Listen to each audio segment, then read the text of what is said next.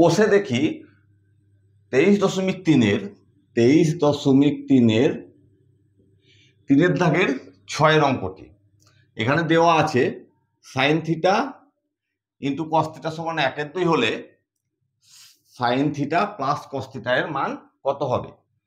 অঙ্কগুলো খুবই সহজ, শুধু একটা জিনিস জানতে হবে যে sine square theta plus cos square theta সমান 1।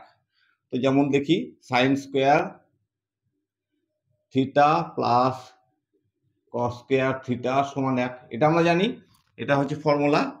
বা কি করব, এবার এটা স্কোয়ার প্লাস বি স্কোয়ারের ফর্মুলা করে দেবো। এখানে কি আছে, sign theta plus cos theta, তাহলে স্কোয়ার প্লাস বি স্কোয়ারের ফর্মুলাটা এ প্লাস বি, মানে এখানে বলতে হবে কিন্তু লিখতে হবে sine theta cos theta a plus b whole square minus 2 sine theta into cos theta সমান 1।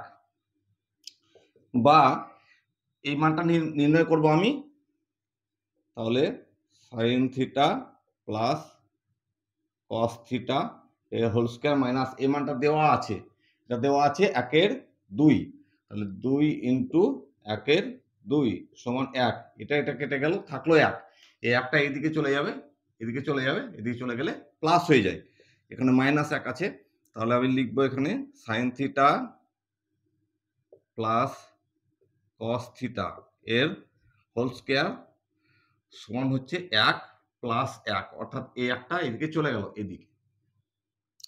বা sign theta plus cos theta সমান হচ্ছে, এখানে 2 হয় কিন্তু যেহেতু স্কোয়ার আছে তাহলে এটা হবে √2, এই মানটা হয়ে গেল। সাইন থিটা প্লাস কস থিটার মান √2, অর্থাৎ এই মানটা হচ্ছে √2।